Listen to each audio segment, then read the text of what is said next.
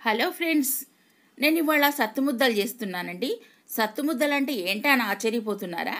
ఇదిగోండి, ఇది శివరాత్రి స్పెషల్ అండి. శివరాత్రి రోజు చేసుకుంటారు ఈ సత్తుముద్దలు అనేది. ఇది చాలా బాగుంటాయండి.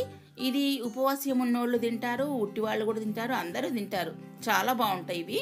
ఇది చూడగానే మనకు నోట్లో వేసుకుంటే కరిగిపోయేంత టేస్టీగా ఉంటాయండి. భలే టేస్టీగా ఉంటుంది. ఇది ఎలా ప్రిపేర్ చేసుకోవాలో చూద్దాం ఒకసారి. నేను ఒక 1/2 కేజీ తెల్ల జొన్నలు తీసుకున్నానండి. ఈ తెల్ల జొన్నలను వేయించుకుంటున్నాను. ఇక మనకి దోరగా వేయించుకోవాలి తెల్ల జొన్నలను. ఇలా వేయించుకుంటాం కదా, ఇదిగో చూడండి, ఇలా వేయించుకోవాలి.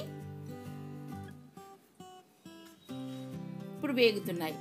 ఇక చిటపట్లాడుతూ మనకు ఇదిగోండి పేలల కింద కూడా వచ్చేస్తున్నాయి.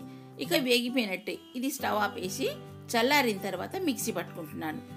ఈ మిక్సీ పట్టడం ఎలా అంటే ఇదిగోండి, ఇప్పుడు ఆ తర్వాత కడాయి పెట్టుకొని 2 స్పూన్ల నెయ్యి వేసుకున్నాను. ఇందులో నెయ్యి వేడెక్కాక ఇప్పుడు ఇందాక మనం మిక్సీ పట్టింది ఉన్నది కదండి, ఈ పిండి, ఇదంతా కూడా ఇందులో వేసేయాలి. వేసుకొని బాగా వేయించుకోవాలి నెయ్యిలో. ఇది పిండిని సన్నగా పట్టొద్దండి, కొంచెం బరగ్గా ఉండాలి, అంటే కొంచెం రవ్వ కింద ఉండాలి. అలా ఉంటేనే మనకు లడ్డు భలే టేస్టీగా ఉంటుందండి. మనకు పంటికి తగిలినా కొద్ది ఇంకా తినాలనిపించే టేస్టీగా ఉంటుందండి. అందుకోసమని నేను ఇలా పట్టాను. ఇప్పుడు వేయించి పక్కన పెట్టేసుకున్నాను. ఇక ఆ తర్వాత కడాయి పెట్టేసి నేను బెల్లము 300 గ్రాములు తీసుకున్నానండి. 1/2 కేజీ జొన్నలకు 300 గ్రాముల బెల్లం సరిపోతుంది. ఇంకా ఎక్కువ తీపి తినేవాళ్ళు ఉంటే ఇంకెక్కువ వేసుకోవచ్చు.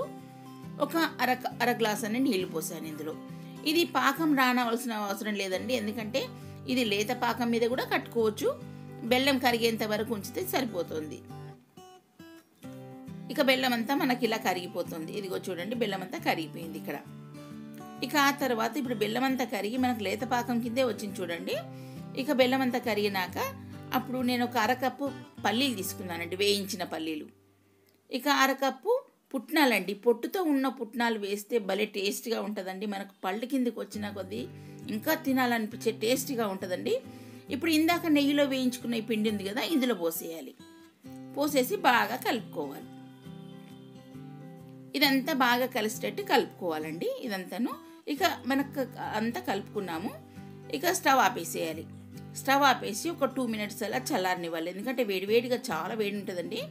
అందుకోసమని ఇది వేడి మీదనే కట్టాలి, మరీ వేడి మీద కాదండి, మామూలుగా మనకు చేతితో పట్టుకుంటట్టు వేడి ఉండాలి. ఇదిగో అన్నీ మనం ఇలా లడ్డూలాగా చేసేసుకోవాలి.